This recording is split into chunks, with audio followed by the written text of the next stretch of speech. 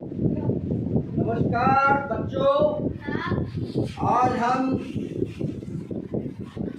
कक्षा 8 का पाठ 6 पढ़ रहे हैं। पाठ का नाम है परिवहन एवं पर्यटन।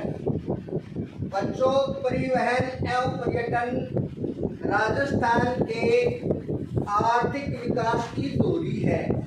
यानी आर्थिक विकास का मतलब है कि इससे रुपए पैसे आते हैं।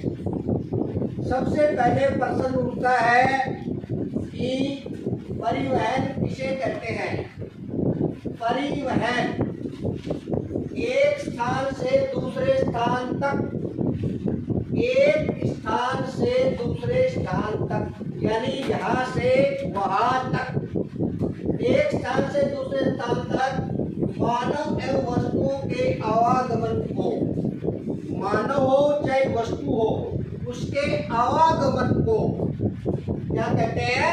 परिवहन कहा जाता है। समझ आया? परिवहन क्यों आवश्यक है? प्रश्न उठता है कि परिवहन क्यों आवश्यक है।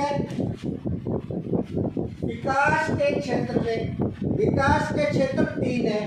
एक प्राथमिक क्षेत्र, एक द्वितीयक क्षेत्र और एक तृतीयक क्षेत्र। विकास के क्षेत्र में सामाजिक आर्थिक गतिशीलता बनाए रखने के लिए, विकास के क्षेत्र में सामाजिक आर्थिक गतिशीलता बनाए रखने के लिए परिवहन संरचनात्मक ढांचे की मजबूती के लिए आवश्यक है। संरचनात्मक ढांचे की मजबूती के लिए, इंफ्रास्ट्रक्चर की स्ट्रॉन्ग बनाने के लिए अपने को परिवहन आवश्यक है। अब परिवहन को अन्य किस नाम से जानते हैं? इसलिए परिवहन को नाम दिया गया है जीवन रेखा। और जीवन रेखा किसकी जीवन रेखा है? आर्थिक और सामाजिक व्यवस्था की जीवन रेखा है। यानी परिवहन एक ऐसी सेवा है जिससे आर्थिक और सामाजिक व्यवस्था की जीवन रेखा कहा जाता है परिवहन को। क्योंकि परिवहन नहीं होंगे, परिवहन के साधन कौन से? राजस्थान में सड़क है, सड़क मार्ग है, रेल मार्ग है, जल मार्ग है, पाइपलाइन है। अब सड़क मार्ग तो आप जानती हो, आप बस से जाते हो, ट्रक से सामान एक स्थान से दूसरे स्थान पर ले जाते हो। किसान अनाज पैदा करता है, अनाज को साधन के द्वारा मंडी तक ले जाया जाता है, मंडी से कारखानों तक ले जाया जाता है, कारखानों से व्यापारी तक ले जाया जाता है। इस प्रकार से परिवहन एक बहुत ही महत्वपूर्ण चीज है। इसलिए इसको सामाजिक आर्थिक जीवन की गतिशीलता में जीवन रेखा कहा जाता है। और परिवहन बच्चों सड़क मार्ग से ही नहीं होता, रेल मार्ग से भी होता है। रेल आपने मालगाड़ियां देखी होगी, आदमियों को ले जाने वाली सवारी गाड़ियां अलग होती है, रेलगाड़ियां माल ढोने के लिए अलग होती है। हमारी सरकार ने व्यवस्था कर रखी है। और जल मार्ग, राजस्थान में जल मार्ग नहीं है, राजस्थान में समुद्र नहीं है, राजस्थान में नदियां इतनी बड़ी नहीं है कि उसमें पानी के जहाज चल सके। तो बड़े बड़े अपने विदेशों से जो सामान आता है ना, वो जल मार्ग से आता है। पानी के जहाजों में कंटेनर लाए जाते हैं, वो जल मार्ग होता है। और पाइपलाइन, पाइपलाइन क्या होती है कि अपने घर में गैस काम में लेते हैं ना, वो गैस पता है आपको कहाँ से आती है? वो विदेशों से आती है, इराक, ईरान, अमेरिका, वहाँ से गैस की पाइपलाइन आती है, उससे पाइप से गैस आती है। फिर उसको व्यापार के लिए, वाणिज्य के लिए, कमर्शियल के लिए उसको बेचा जाता है। यहाँ तक कि तुम्हारी टोटी में पानी आता है ना, वो किसके जरिए आता है? पाइपलाइन के जरिए। तो वो भी एक परिवहन का साधन है।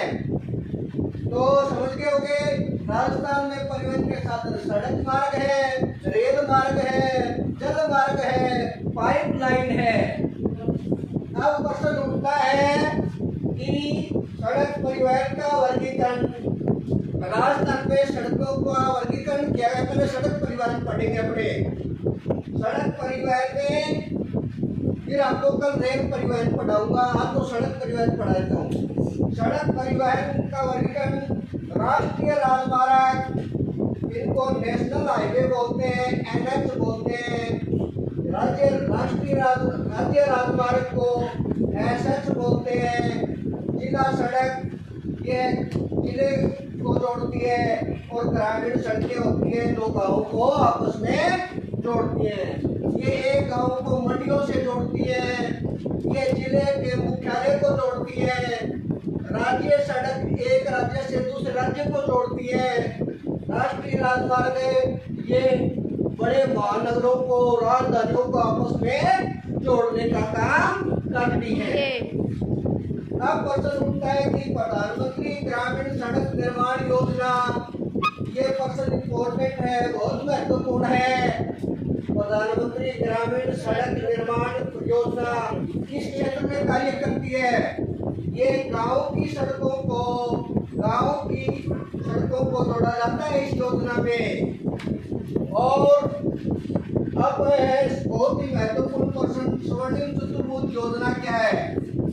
अब स्वर्णिम चतुर्भुज योजना में क्या है? अपना देश है भारत, यहाँ तो उत्तर में तो दिल्ली है, यहाँ पर मुंबई है, और यहाँ पर चेन्नई है, और यहाँ पर कोलकाता है। अब यहाँ से चले इसको जोड़ती है, यहाँ से चले इसको जोड़ती है, यहाँ से चले इसको जोड़ती है, और यहाँ से चले तो इसको जोड़ती है।